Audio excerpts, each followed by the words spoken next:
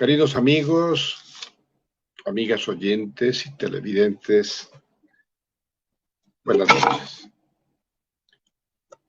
Hoy vamos a editorializar algunos temas que están en la retina de la conciencia nacional.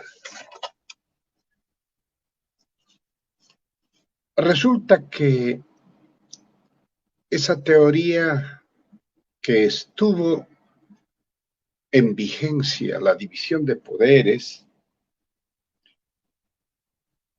la independencia de funciones, ya no funciona. Porque es de tal importancia concentrar todo el poder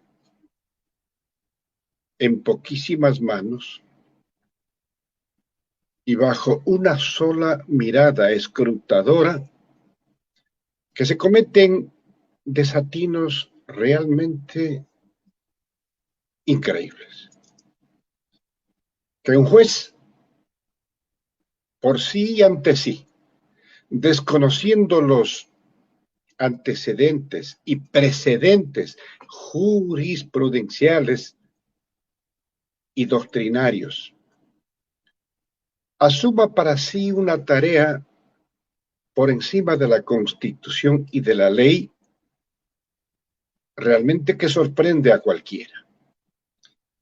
Pero más aún cuando no solamente existe la concesión de una acción pseudo constitucional, en virtud de la cual se destruye una institución fundamental como es el control político de la primera función del Estado. El antecedente es que la Asamblea, en ejercicio privativo de su facultad, de su obligación de ejercer el control político, llamó a interpelación a 4 integrantes del actual Consejo de Participación Ciudadana y Control Social, porque, entre otras linduras, son fruto de un asalto institucional con el respaldo de un piquete policial. Así llegaron a tomarse la nueva dirección en una asonada de esa institución que representa el núcleo de la quinta función del Estado, que es la de transparencia y control social. En vista de aquello, la legislatura, en ejercicio de su obligación de ejercer control político sobre las demás funciones del Estado, sometió a juicio político a los 4 integrantes de esa aventura pseudo constitucional de tomarse con el respaldo policial una institución fundamental como es el Consejo de Participación Ciudadana y Control Social. La interpelación contó con todo lo previsto en la Constitución y la ley. Los interpelados ejercieron su derecho a la defensa. Se cumplió en lo que permite la ley orgánica de la función legislativa el debido proceso. Y sin desestimar que se trata de un juicio político, el mismo se tramitó y por una mayoría por sobre lo indispensable y requerido, estos 4 integrantes que llegaron en forma tan irregular a esa función esencial de transparencia y control social, fueron juzgados y destituidos en un juicio de interpelación.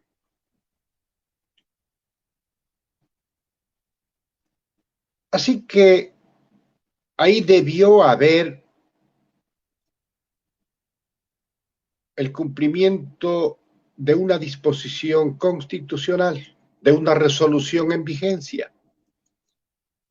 Ni María Paula Romo se atrevió a tanto, tocar las puertas de un juez, de aquellos que se prestan para todo y que por esta razón están en la picota inclusive de los decires de un diplomático extranjero.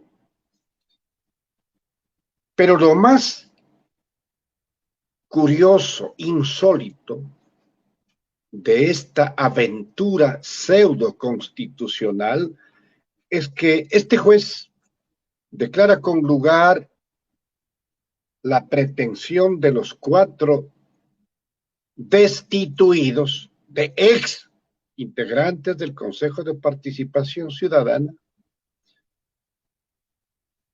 Y no solo eso, sino que la resolución, la sentencia que contiene esta decisión, no lo notifican en forma legal, para que en este caso la Asamblea, que es la generadora de este acto legítimo de destitución por juicio político, ejerza su derecho de impugnación y apelación para ante la Corte Provincial de Justicia e inclusive da lugar a casación y por último a un recurso extraordinario para ante la Corte Constitucional. Como ven, el camino es largo. Los procesos, cuando alguien no está de acuerdo con la sentencia, son apelados, impugnados para ante el juez superior. Y esos trámites están previstos en la Constitución. Pero no. El juez de Marras no solamente que guarda la sentencia como un mecanismo de chantaje, sino que se permite hacer una extensión en su resolución original. Dispone que la Asamblea se reúna para que posesione, para reírse si no fuera tan grave, para que tome posesión el flamante superintendente de bancos designado, óigase bien, superintendente de bancos designado por ese grupo de ex miembros del Consejo de Participación Ciudadana que fueron destituidos después de juicio político. Así están las cosas. Y cuando esa mayoría de la Asamblea resuelve salir por los fuegos de su dignidad, de su institucionalidad, de sus facultades, la denostación no se hace esperar, que son los golpistas, los antipatriotas, los que quieren la desinstitucionalización. Exactamente el mismo relato, la misma parodia, para justificar una metida de mano grosera en las resoluciones legítimas de la primera función del Estado. Esa mayoría no se dejó amedrentar ni se intimidó. Simplemente no concurrió a esa sesión. La misma fue fallida por falta de quórum y que se declare el receso está previsto en la Constitución.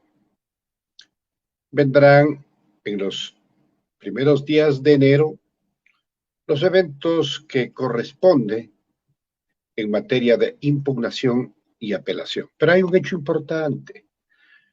La Corte Constitucional ha emitido resoluciones que han causado estado.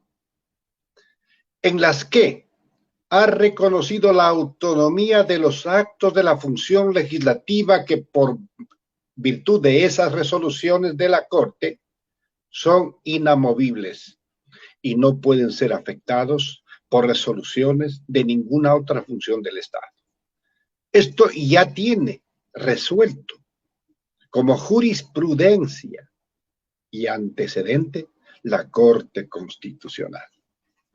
Cuando le llegue a la Corte la apelación a través del recurso extraordinario, seguramente van a tener que ser consecuentes con lo que ya se pronunciaron. Pero como aquí ocurren cosas increíbles, tengamos paciencia y esperemos para ver el nuevo día. Así que, dicho en la forma más sencilla y pedagógica, este es el triste episodio de quien desea acaparar todas las funciones del Estado y la gran finalidad, tener un superintendente de bancos para continuar con las tareas privatizadoras, particularmente la venta del Banco del Pacífico. Y para ello no reparan en que quienes resolvieron la designación de ese superintendente, entre comillas, fueron destituidos en resolución que causó Estado, que es inamovible, aunque hayan acciones de un juez que de por sí, por no haber notificado la sentencia, por haber impedido el ejercicio del derecho de impugnación y de apelación, está cometiendo una conducta que puede considerarse cercana a un prevaricato. Y a esto nosotros no podemos llamarlo un Estado de Derecho. Y más aún,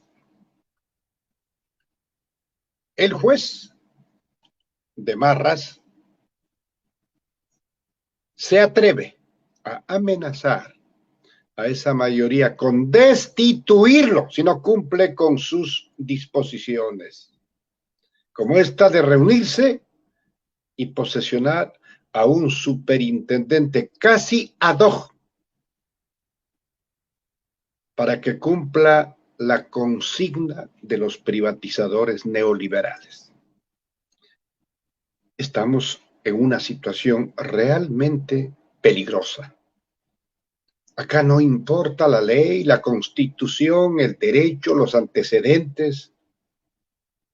Acá importa los intereses de los grupos dominantes, de aquellos que creyeron que el voto popular era un cheque en blanco para que hagan del país lo que les venga en gana, y no es así. Reclamamos entonces el respeto a la institucionalidad y particularmente a la primera función del Estado, que entre sus facultades privativas y además de ser facultad, es su obligación, está la de ejercer el control político de las demás funciones del Estado. Queremos también referirnos a un acontecimiento que enerva el cumplimiento inclusive de normas de derecho internacional, no se diga que pone en riesgo la supervivencia de una convivencia pacífica entre estados.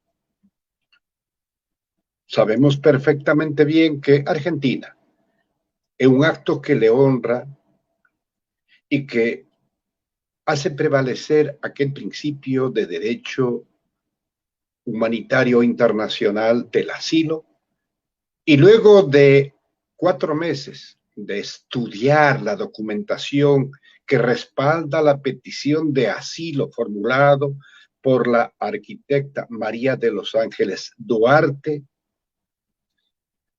le concedió el asilo. Y al amparo de lo que dispone la Convención para el Asilo Diplomático, que nació de la voluntad concurrente de los estados suscriptores en el año 1954 en Caracas, solicitó al gobierno del Ecuador el salvoconducto para el traslado de la persona que Argentina concedió el asilo diplomático. Pero no, simple y llanamente como hizo con la boleta de excarcelación constitucional, la boleta de libertad, firmada por juez competente, a favor de un derecho inmanente a la naturaleza humana, a favor del ex vicepresidente de la República, Jorge Glass Espinel, se guardaron esa orden.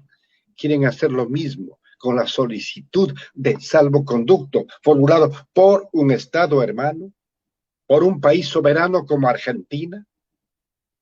Quedamos en muy mal predicamento. Y la forma como intentan escamotear el derecho internacional lesionado seriamente por conductas precipitadas y carentes de razón, nos pone igualmente en mal predicamento en la conciencia internacional y atenta en contra de la convivencia pacífica entre estados. Esto es un testimonio de que el Estado de Derecho tiene graves falencias y que gobiernan al impulso de hacer el mayor daño posible. ¿Por qué lo de María de los Ángeles Duarte? Porque fue ministra del correísmo. ¿Por qué revocaron una autorización para que se cumpla el Festival de Globos Aerostáticos en la ciudad mitad del mundo? Porque la prefecta es correísta. Es decir, aquí hay una aberración que le niega a más del 50% de compatriotas el ejercicio pleno de sus derechos políticos. Una vez más, constatamos que aquella consigna de sacrificar hasta la economía del país con tal de acabar con el correísmo sigue más vigente que nunca, con una ansiedad, con una desesperación impulsados por el odio. Y en ese escenario se plantea la consulta popular. ¿Qué esperan que les diga el pueblo? No hay que hacer mucho esfuerzo para adivinar la respuesta. No serán entonces estas escaramuzas, estas violaciones constitucionales, legales, este desconocimiento del derecho nacional e internacional, los que van a apuntalar una posición que de por sí tiene muy pocos auspicios. Queridos compatriotas, tenemos que señalar que estos nubarrones no abonan para nada en un escenario complicado y que un viaje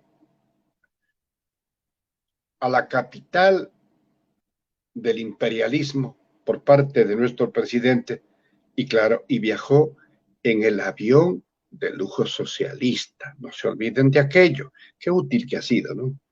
Tengo la impresión de que en Chico y en Gallada ha de reconocer el actual gobernante las bondades de ese tipo de transporte aéreo que compró la Revolución Ciudadana no para el señor Correa, sino para el gobierno y el Estado ecuatoriano. Pero dijeron inclusive en un momento dado que ya vendieron a Colombia, obligándole al presidente de entonces a desmentir, lo que también nos llenó de vergüenza. En el imperio hay un cónclave ligero con la visita del presidente ecuatoriano. Recordemos que ya fue el actual presidente integrando la comitiva de Lucio Gutiérrez.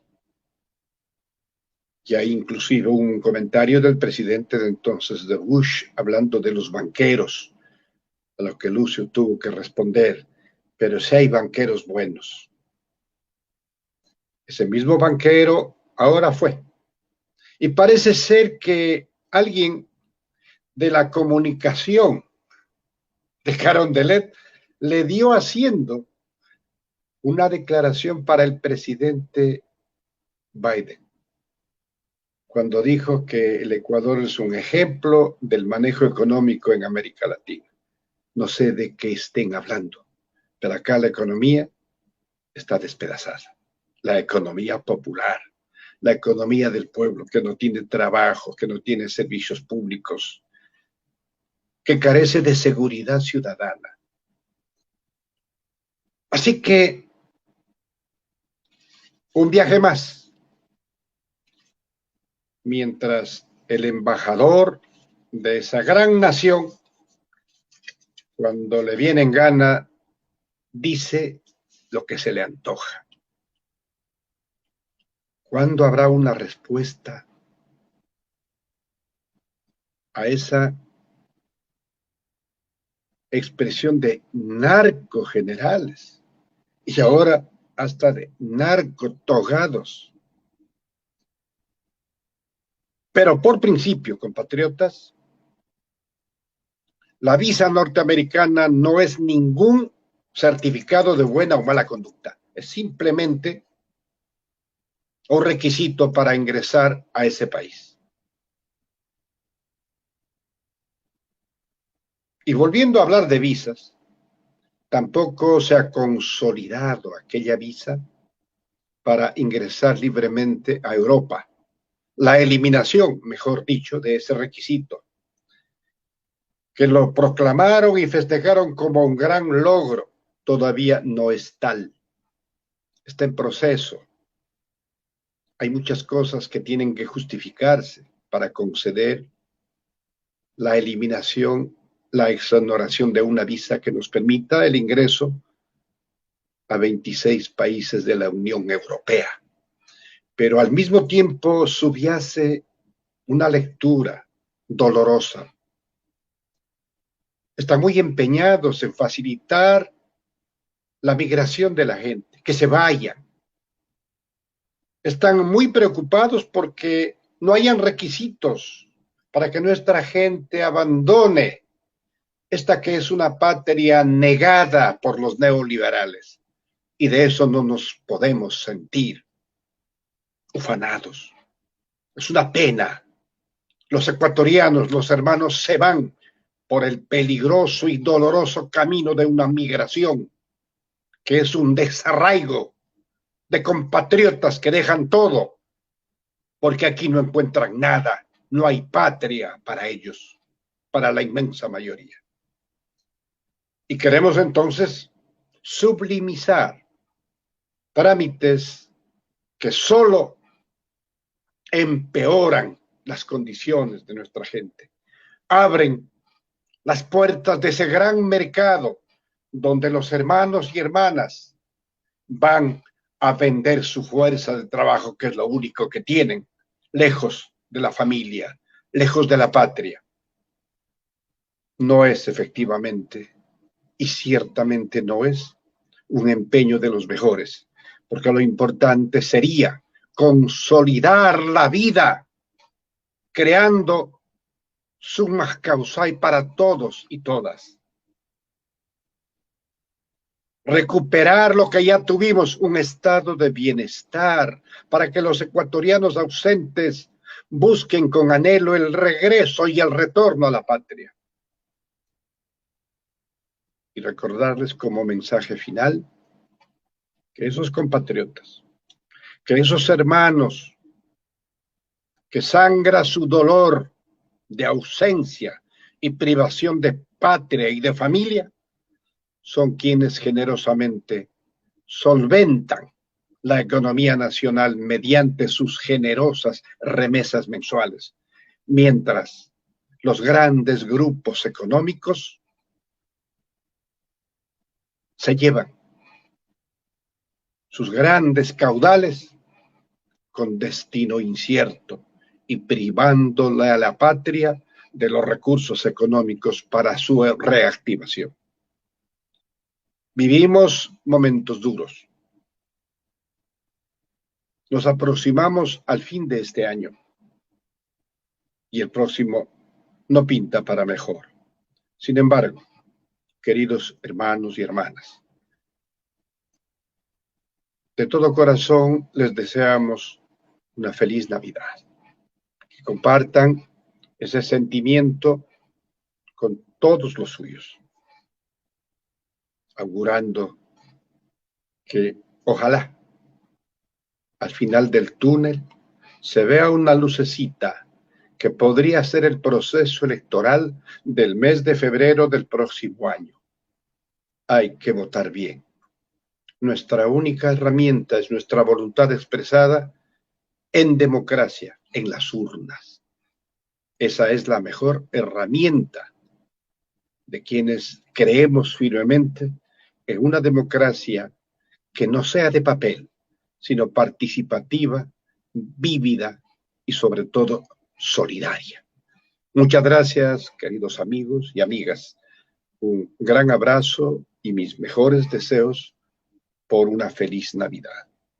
Igual para don Richard, para nuestro amigo Lucho Flores, que son los anfitriones de este programa, y para todos los queridos compañeros que integran esta pléyade de editorialistas que llenan este espacio todas las noches. Muchas gracias. Buenas noches, con un abrazo muy entrañable.